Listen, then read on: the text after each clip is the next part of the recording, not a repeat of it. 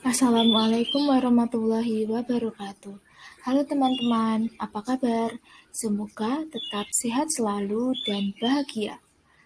Sebelumnya, perkenalkan nama saya Sevia Adityanti. Saya merupakan mahasiswi program studi Diploma 3 Fisioterapi tingkat 1, Poltekkes Kemenkes Surakarta.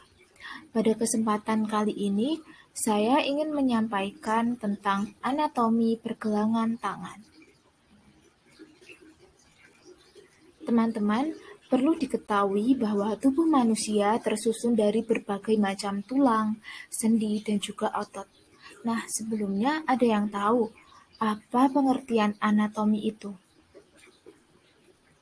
Nah, anatomi adalah ilmu yang mempelajari bentuk dan susunan tubuh baik secara keseluruhan maupun bagian-bagian serta hubungan alat tubuh yang satu dengan yang lain. Anatomi tubuh manusia sendiri dibagi menjadi dua, yaitu anatomi ekstremitas superior atau anatomi tubuh bagian atas dan juga anatomi ekstremitas inferior atau anatomi tubuh bagian bawah. Nah, anatomi pergelangan itu sendiri termasuk ke dalam anatomi ekstremitas superior. Pergelangan tangan dan tangan tersusun dari beberapa tulang, di antaranya os ulna, os radius, os carpalia, dan os metacarpalia. Juga ada banyak sendi yang menyusun struktur pergelangan tangan. Nah, manusia memiliki tangan yang kuat terdiri dari 5 jari atau phalanges. Jempol sering dianggap sebagai salah satu dari 5 jari tangan yang memiliki gerakan unik. Maka dari itu, jempol akan dibahas terpisah.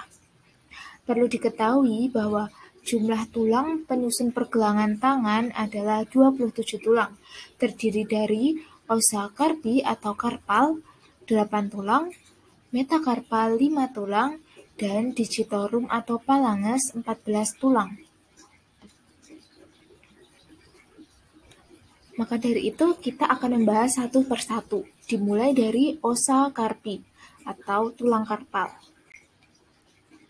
Osa carpi. Pergelangan tangan berisi 8 tulang, kira-kira sejajar dalam 2 baris, dikenal dengan apakah itu?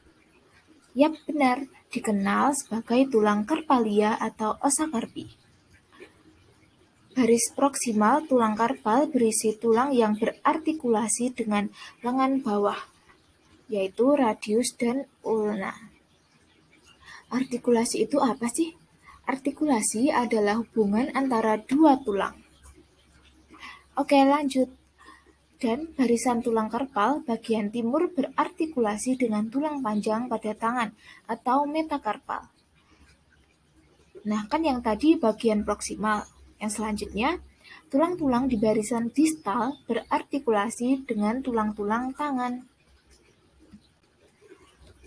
Oke, kita akan bahas satu persatu dari baris proksimal dan juga baris distal. Baris proksimal tulang karpal dari lateral ke medial diidentifikasi sebagai os scapoideum, juga dikenal dengan navicular, os lunatum, os triquetrum, dan os pisiform.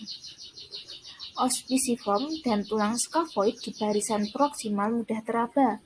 Scaphoid atau navicular itu tadi adalah tulang yang terbentuk seperti kacang, yang merupakan tulang pergelangan tangan yang paling sering patah.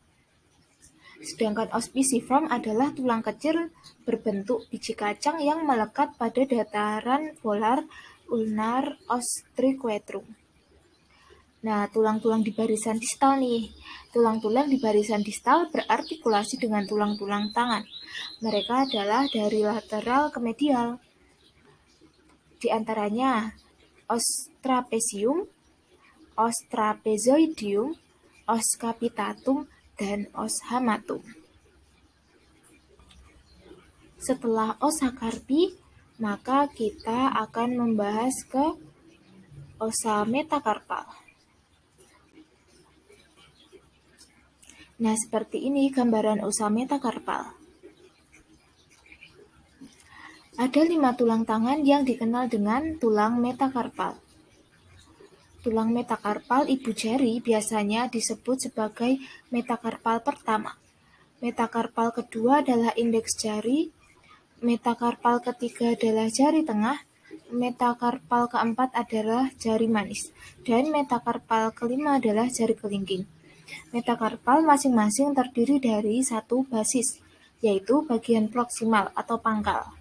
Yang kedua, korpus merupakan bagian middle atau tengah. Yang ketiga, kaput, yaitu bagian distal atau bagian ujung.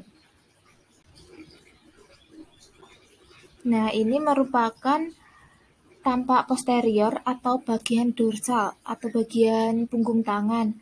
Yang sebelumnya tadi, ini merupakan osa metakarpal tampak anterior atau bagian palmar. Nah, yang selanjutnya adalah osa digitorum atau os phalanges. Palang 1 terdapat 2 buah palang, yaitu palang proksimalis dan distalis.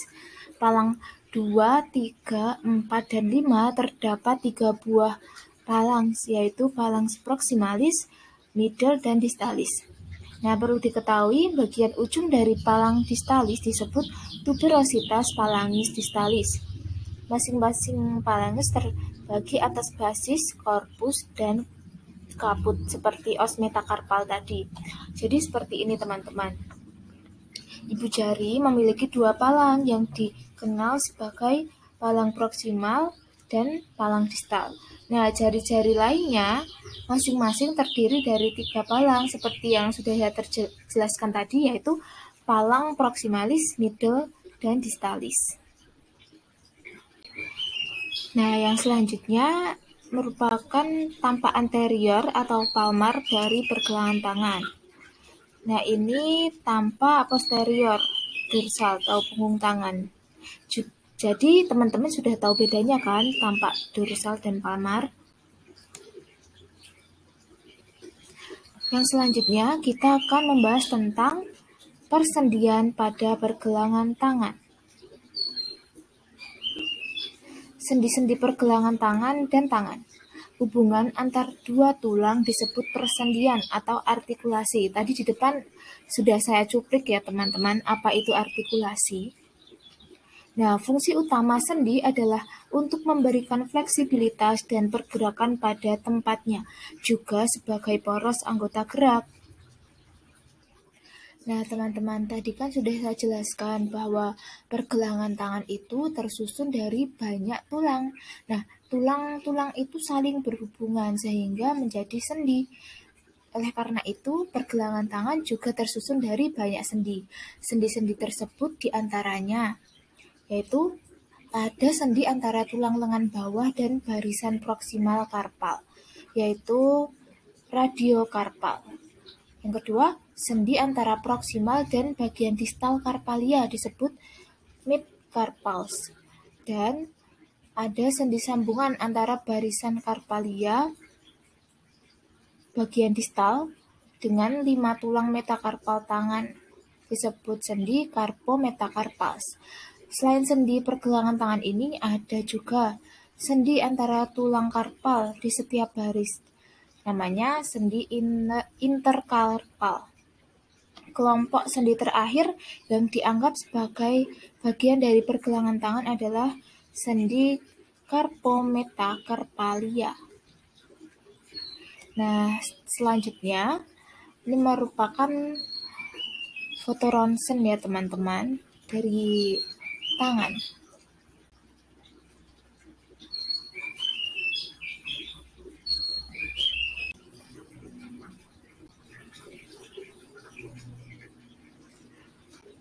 Tidak terasa ya teman-teman, penjelasan tentang anatomi pergelangan tangan sudah selesai. Terima kasih kepada teman-teman semua yang telah menyimak video dari awal hingga akhir. Saya berharap penjelasan dari saya bisa bermanfaat untuk teman-teman semua. Apabila ada kesalahan dalam pengucapan, saya mohon maaf. Wabillahi taufiq wal hidayah. Wassalamualaikum warahmatullahi wabarakatuh.